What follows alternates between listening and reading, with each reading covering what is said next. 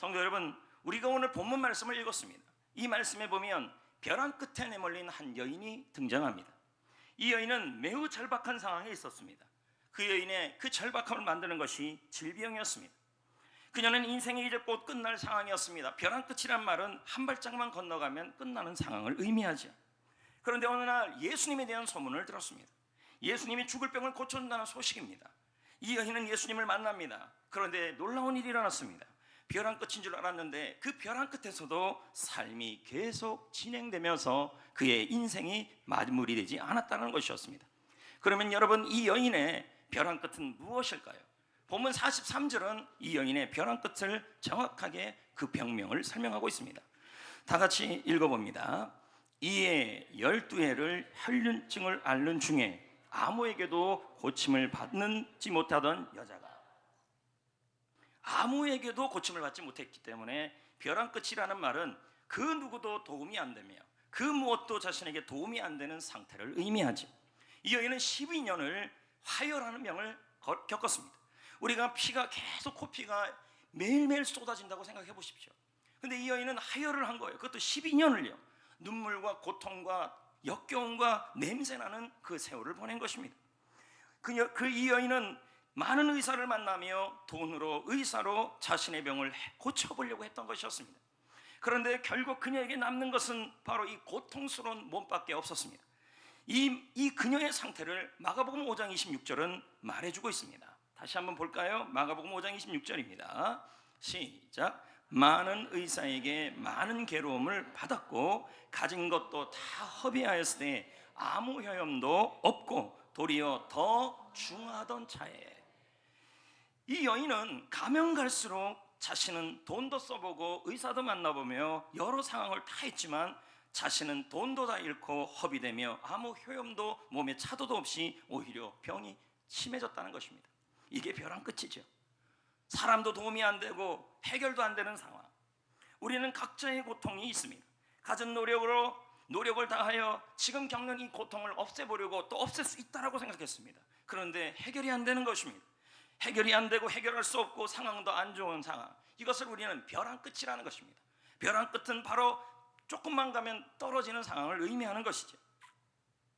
성도 여러분, 특히 이 여인이 겪는 병을 유출병이라고 합니다. 여러분이 레위기서만 좀 읽어보면 이 유출병이 얼마나 저주받은 병이니까 나옵니다. 그런데 중요한 것은 유출병이 걸리는 환자들은 생각하기를 내가 죄를 많이 지어서 하나님께 이 병을 받는다고 생각을 했다라는 것입니다. 그럼 이 여인도 그랬을 거라는 거예요. 그 여인도 내가 죄가 많아서, 지은 죄가 많아서 나는 이렇게 병이 걸리고 돈으로 뭐로 해도 안 되는 이런 상황에 처해졌다고 생각을 했다라는 것입니다. 성도 여러분, 여러분은 지금 어떻습니까? 힘든 일이 생기면 나는 하나님께 벌 받고 있다고 생각하지 않습니까? 그래서 자신을 향하여 죄책감이 듭니다. 사람들도 멀리합니다. 유추병 환자들은 사람들이 멀리하니까요. 사람들도 나를 멀리하고 색안경을 끼고 보기도 하는 것입니다. 우리에게 일어나는 일들을 해결하려는 노력을 다 해봅니다. 이 일 저 일 하면서 전문가도 만나고 사람도 만나고 이 사람 저 사람도 다 만나지만 결국 남는 것은 아무 도움도 되지 않는, 오히려 상황은 악화되는 것입니다. 정신적, 육체적으로, 사람 관계와 영적으로도 어려워지고 있는 것입니다. 우리는 한계를 경험하며 부족함을 깨닫며 아무것도 할 수 없는 그런 상황을 만날 때가 있습니다. 특히 코로나 상황을 겪는 우리에게 겪는 일들이죠. 성도 여러분, 이 여인은 벼랑 끝에 와 있었습니다. 절박한 상황이었습니다. 하지만 오늘 말씀에 보면 그녀의 삶은 계속해서 벼랑 끝인데도 진행되고 있었다는 것입니다. 그대로 마무리되지 않았다는 것입니다. 마침표가 찍혀지지 않았다는 것입니다. 그녀의 삶이 사람도 도움이 안 되고 자신도 해결할 수 없는 그 벼랑 끝에 서 있음에도 불구하고 왜 마무리되지 않았습니까? 오늘 보면 44절은 그 이유를 설명하고 있습니다. 읽어볼까요? 시작. 예수에 들어와서 혈류증이 즉시 나았다. 여기서 이 그쳤다라는 말은 완전히 피가 멈췄다라는 말입니다. 그래서 단번에 해결되었다는 의미입니다. 예수님은 이 여인의 삶을 단번에 살려내시고 단번에 해결하시고 완전히 해결하신 것입니다. 그래서 이 말을 요즘에 우리가 쓰는 단어로, 비유적 언어로 대박이라는 단어입니다. 흔히 우리는 대박 그러면 뭐라 그럽니까? 일확천금이 떨어졌다고 생각하지만 사전은 그렇게 말하고 있지 않습니다.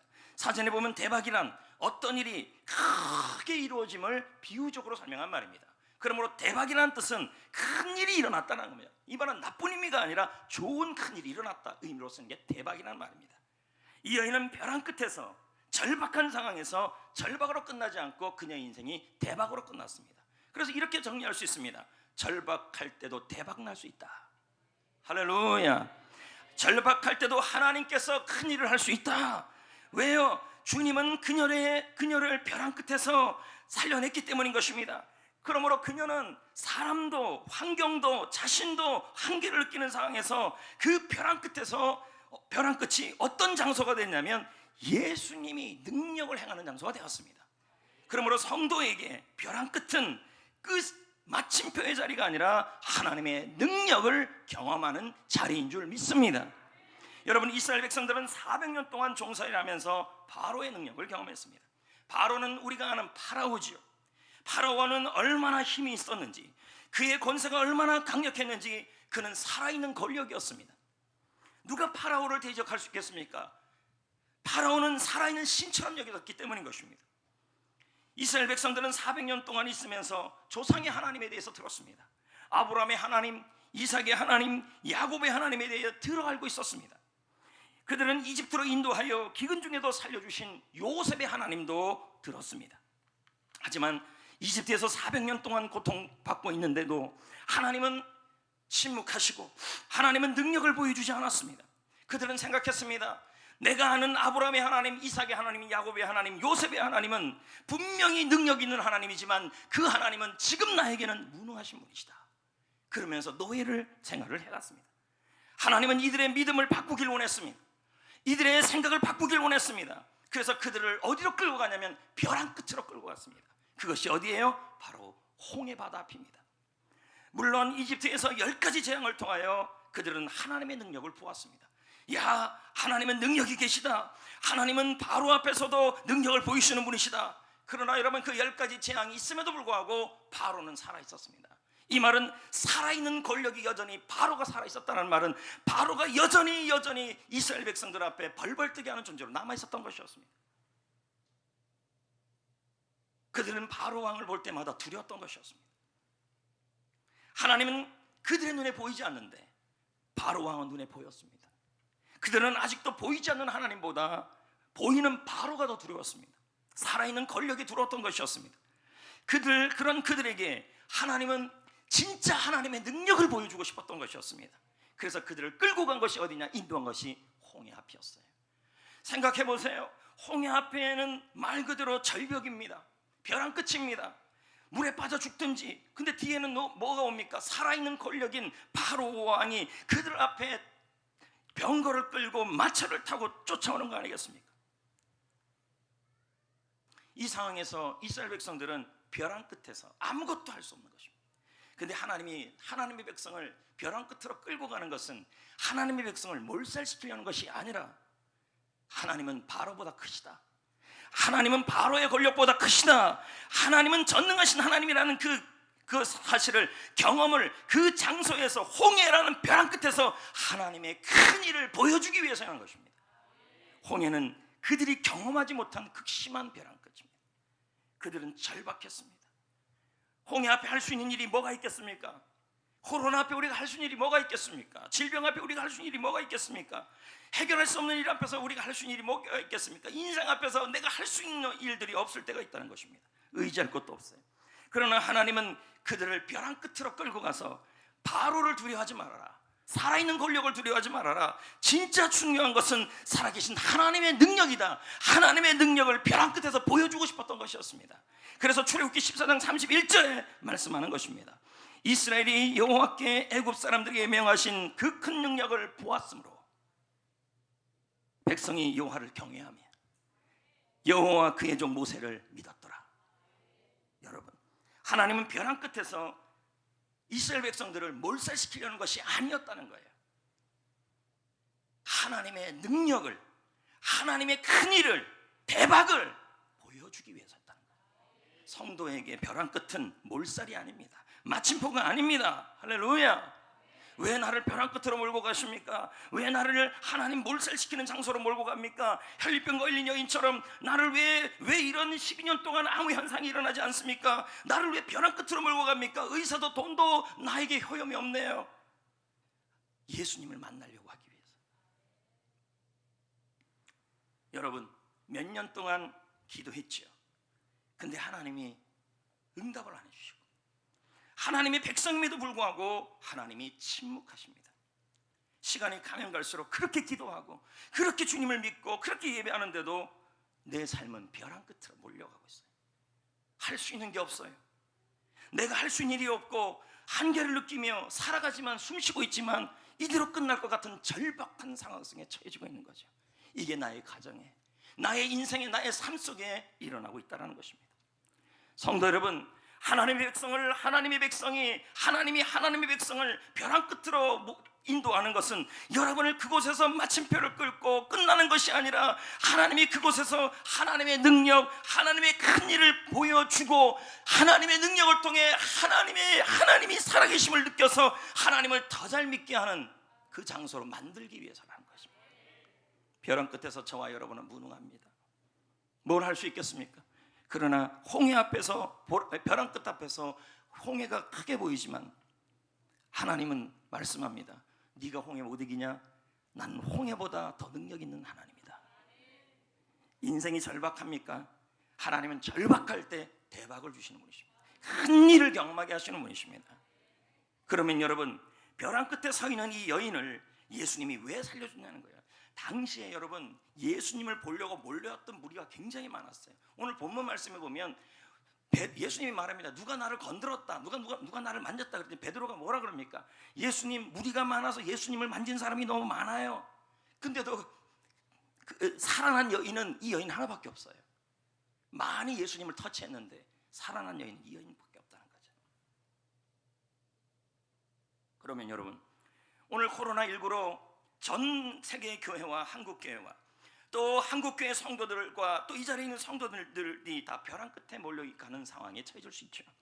그럼에도 불구하고 우리의 삶이 벼랑 끝으로 끝나지 않고 이 상황이 하나님의 능력과 하나님의 큰일과 하나님의 대박을 경험하는 장소가 되어야 합니다. 그러기 위해서 이 여인의 믿음을 보아야 합니다. 이 여인의 믿음은 어떤 믿음이냐는 거예요. 제가 보면 묵상해 본 바에 의하면 정말 대단한 믿음이 아니에요.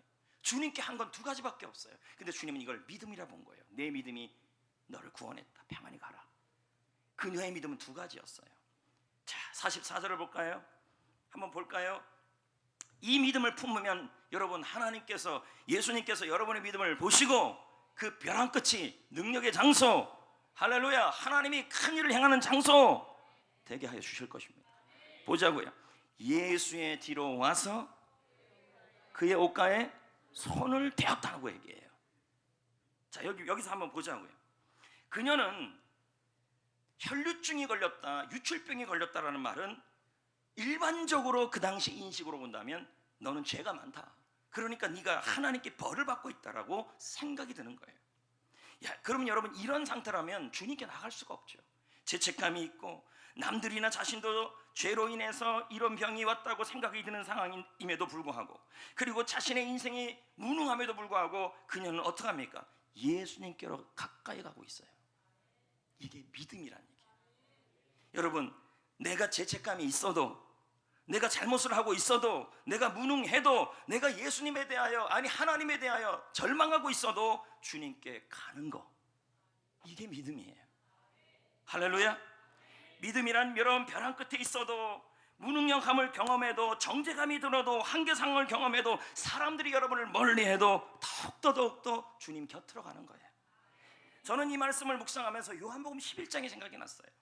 요한복음 11장에 보면요, 예수님이 죽은 나사로를 살리는 사건이에요. 나사로는 예수님이 너무 아끼고 사랑하는 사람이었어요. 마르다와 마리아도 예수님이 사랑하는 자매였죠. 이 오누이는 한 가족입니다. 이 가족이 얼마나 좋은 단란한 가족이에요. 예수님을 사랑하고, 마르다는 가서 음식을 준비하고, 마리아는 예수님의 말씀을 듣고, 나사로는 나중에 이 나사로가 살아나가지고 얼마나 큰 선교를 감당하는지 모릅니다. 나사로 무덤 그것까지도 존재하지 않습니까? 그래서 그런데 여러분, 오라비 나사로가 병이 걸렸습니다. 마르다와 마리아는 예수님에게 사람을 보내서 예수님 속히 와주세요. 제발 빨리 와주세요. 예수님이 오시면 살아날 수 있어요. 마리아는 생각했어요. 마르다도 생각했어요. 예수님이 곧장 올 거라고. 지금 이 가정은 벼랑 끝으로 몰려가는 상황이었어요. 그러나 예수님은 나사로가 위중한 상태라는 소식을 듣고도 이틀을 더 머물고 있어요. 그리고 나사로가 죽어요. 이미 나흘이 지났어요. 장사가 끝났어요. 나사로의 몸은 썩어가고 있어요. 이 가정은 말 그대로 끝난 거예요. 벼랑 끝이에요. 이미 죽은 나사로를 위해서 자매가 할 수 있는 일은 없어요. 예수님이 마을에 들어오실 때 여러분 마리아와 마르다의 모습이 나와요. 근데 제가 지금 먼저 마리아를 언급해요. 마르다는 예수님이 나흘 만에 오실 때 어떻든 나와요. 근데 마리아는 안 나와요. 성경에 보면요, 마리아가 집에 있어요. 제가 생각을 해봤어요. 마르다보다 마리아는 다 예수님 무릎 앞에 앉아서 말씀을 들었던 사람이에요. 주님에 대한 사랑과 은혜가 많은 사람일수록 주님에 대해서 실망하게 되면 직거가 들어가져요. 근데 마리아가 그랬어요. 집에서 안 나와요. 예수님이 오는데도 안 나와요. 그녀는 늦게 오신 예수님에 대하여 실망하고 있었어요. 예수님, 왜 저는 예수님이 싫어요. 저는 예수님이 너무 미워요. 제 오라비를 죽도록 방치하셨어요. 저는 집안에서 안 나갈 거예요. 예수님도 싫고 다 보기 싫어요. 저는 다 싫어요. 예수님이 제일 싫어요. 아마 그랬을 거라는 거죠. 마리아는 예수님에 대한 실망감 때문에 사람도 싫고 예수님도 싫었어요. 자신이 아무것도 할 수 없는 현실에 절망감까지 들었어요. 그런데 여러분, 예수님이 어떻게 아십니까? 마리아에게 찾아가서 데려 나오면 좋은데 이상하게 여기에 보면 마리아를 데리러 안 가요. 요한복음 11장 28절에 선생님이 너를 부른다고 사람을 보내요. 뭔가 예수님이 의도가 있다는 거예요. 일반적으로 예수님이 아픈 사람, 힘든 사람 있으면 직접 가서 일으키기도 해요. 근데 오늘 이 마리아에게는 그렇게 하지 않아요. 집에 있는 마리아 보고 나오래요. 기다리고 있는 거예요. 지금요. 실망한 마리아, 예수님에 대해서 실망한 마리아, 더 이상 예수님을 찾기 싫은 마리아, 집안에 갇혀있는 마리아를 향하여 예수님은 지금 가만히 기다리고 있는 거예요. 나는 예수님이 싫어요. 예수님이 내 기도를 들어주지 않았어요. 우리 오라비가 저렇게 죽었는데 예수님이 한 게 도대체 뭐예요? 나 예수님 안 믿을 거예요. 이 정도 됐으면 예수님은 직접 가가지고 마리아를 위로해야 되는데 안 가고 기다리고 있어요. 그리고 예수님의 눈빛에서 이런 음성을 읽을 수가 있었을 겁니다. 마리아야, 나와라. 그 절망의 방에서 나와라. 지금 예수님은 직접 가서 끌어낼 수도 있지만 마리아에게는 네가 나오라고 그러는 거예요. 실망의 방에서 나와라. 그래도 나에게 가까이 와라. 네가 나에 대해서 실망하고 나 예수에 대해서 실망하고 사람에 대해서 실망하고 인생이 절망감이었고 오빠에 대해서 죽어서 실망한다 할지라도 그 벼랑 끝에도 나와라. 내가 벼랑 끝까지 너를 몰아간 것은 너를 몰살시키는 것이 아니라 하나님의 능력, 예수의 능력을 보여주기 위해서다. 나와라. 더 흥미로운 게 뭔지 아십니까? 11장 30절이에요. 볼까요? 예수님이 절대 그 집으로 안 가요. 기다리고 있어요. 볼까요? 시작.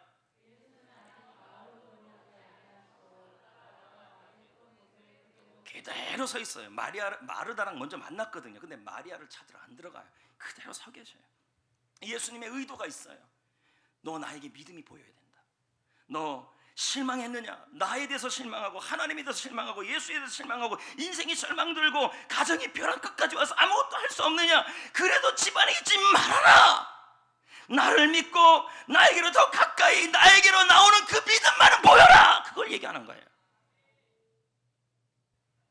11장 31절을 볼까요? 마리아가 나와요, 안 나와요? 이 말씀 듣고요. 나와요. 정말 예수님이 미워요.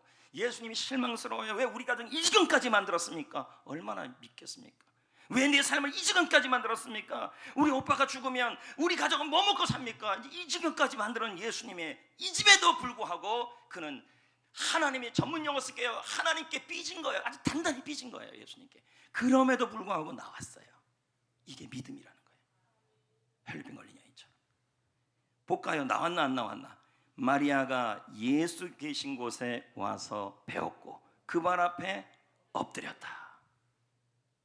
그렇죠? 그런데 예수님한테 실망한 마음을 표현해요. 이 32절에 계속 그 다음 구절이 이렇게 나와요. 주님이 여기 계셨다면 내 오빠가 안 죽었습니다. 얼마나 답답하면 이런 말을 예수님께 했겠습니까? 여러분, 주님은 이걸 나무라지 않아요. 그녀가 예수님에 대해서 실망해도 예수님 앞에까지 나온 것을 뭐라 보냐면 믿음으로 본 거예요. 그리고 어떡합니까? 그녀가 엉엉 울면서 예수님, 저는 예수님이 만약에 계셨다면, 예수님이 빨리 오셨다면 내 오빠가 안 죽었을 텐데, 예수님. 근데 이 여인은, 이 마리아는 그렇게 예수님께 실망해도 뭐해요? 주님 앞에 가까이 왔다라는 거예요. 다가왔다라는 거예요. 그리고 예수님은 이 여인을 향하여 어떡합니까? 나무라지 않고 성경에 보면 눈물을 흘리셨다 그래요. 뭡니까? 그 마음을 이해했다는 거예요. 그래, 네가 답답한 거 이해한다. 그러나 네 생각과 내 생각이 다르지 않냐? 내가 너희 가정에 이렇게 벼랑 끝으로 만든 것은 너희 가정을 몰살시키는 것이 아니다. 그래도 너 이런 상황에서도 내가 너희 가정에 하나님의 능력, 예수의 능력을 보여주기 위해서다. 그런데 그러기 위해서는 네가 거기서 방 안에 있으면 안 된다. 벼랑 끝까지 내가 너를 데려온 것은 너에게 하나님의 능력을 보여주기 위해서다. 그렇다면 믿음을 보여야 한다. 그 믿음이 뭐예요? 나에 대해서 실망이도 벼랑 끝까지 와도 주님께 가까이 나오는 믿음을 얘기하는 거예요. 실제로 여러분 요한복음 11장에 어떻게 나옵니까? 믿음을 보시고 해요. 죽은 나사로를 살려요. 성도 여러분, 혹시 하나님에 대해 실망했습니까? 주님에 대한 실망, 좌절, 원망으로 주님을 외면하고 있습니까? 그래도 우리 주님은 기다리십니다. 근데 여러분에게 직접 가지 않고 가까이 올 때까지 기다리십니다. 왜요? 주님의 의도가 있어요. 먼저 가서 여러분을 붙들고 일으킬 수도 있지만, 여러분 어떨 때 주님에 대한 실망 때문에 나를 벼랑 끝으로 몰고 가는 상황에서 주님 왜 그러십니까? 라는 실망과 좌절과 원망이 있을 때, 이때일수록 여러분 직접 주님이 여러분을 한 게 아니라 주님이 기다리면서 여러분의 믿음을 보여서 그 벼랑 끝이 하나님의 능력의 장소, 체험의 장소가 되기를 원하시는 것입니다. 그러므로 여러분, 정죄감이 들수록, 사람이 여러분을 멀리할수록, 무능함을 느낄수록, 하나님께 실망할수록 어떻게 해야 돼요? 더 주님께 나와야 돼요. 그 발걸음을 보이셔야 돼요. 그 믿음을 보시고 주님은 우리를 살리셨어요. 여러분, 그런데 여러분, 우리가 주님 앞에 가까이 나아간다 그래서 모든 사람을 예수님이 그 벼랑 끝에서 큰 일을 행하시는 건 아니라는 거예요. 왜냐하면 제가 아까 서두에도 말씀드렸지만, 당시에 예수님이 지나갈 때, 혈류병 걸린 여인이 지나갈 때, 예수님이 지나갈 때 예수님을 만진 사람과 가까이 한 사람도 너무 많았어요. 그런데 예수님이 유독 나의 능력이 나갔다고 한 사람이 있었다는 거예요. 이게 혈류병 걸린 여인이었어요. 왜요? 그녀에게는 믿음이 있었기 때문이에요. 어떤 믿음이냐면, 예수님께 가까이 나갔어요. 주님이 내가 벼랑 끝까지 왔어요. 그럼에도 불구하고 예수님이 이 벼랑 끝을 몰살로 끝내지 않고 예수님이 큰 일을 하실 것이라고 기대하는 기대하는 믿음이 있어야 그게 바로 뭐예요? 진짜 믿음이라는 거예요. 여러분, 주님께 가까이 온다고 해서 하나님이 다 큰 일 행하시는 게 아니에요. 오늘도 주님께 가까이 예배당에 나왔어요. 그러나 예수님이 자신을 위해 큰 일을 행하실 것을 기대하면서 나오셔야 주님이 그 믿음을 통해 큰 일을 하십니다. 왜요? 믿음은 기대하는 것, 바라는 것들의 표상이요, 실체이기 때문에. 여러분, 벼랑 끝에 있어도, 그래서 하나님이 나를 그 자리까지 끌고 간 것 같아도, 그래서 내가 하나님께 실망해도, 당장 불리한 일이 일어나도, 부족함이 있어도, 여러분 어디 가시겠습니까? 주님이 나를 벼랑 끝에 모르고 갔다가 느낌이 든다 할지라도, 여러분 이런 마음을 먹어야 합니다. 천부여 의지없어서 주 나를 박대하시면 나는 어디 가겠습니까? 결국 내가 예수 믿다가 하나님께 실망하여 벼랑 끝까지 있다 할지라도 주님께서는 결코 그 자리에서 나를 몰살시키지 않을 것이다. 끝내지 않을 것이다. 하나님의 큰 일을 행하실 것이다. 그러면서 주님께 가까이 오고 기대하고 하나님의 일을 기대하고 나오는 것이 바로 믿음이라는 거예요. 그 믿음에 하나님이 일하신다는 거예요.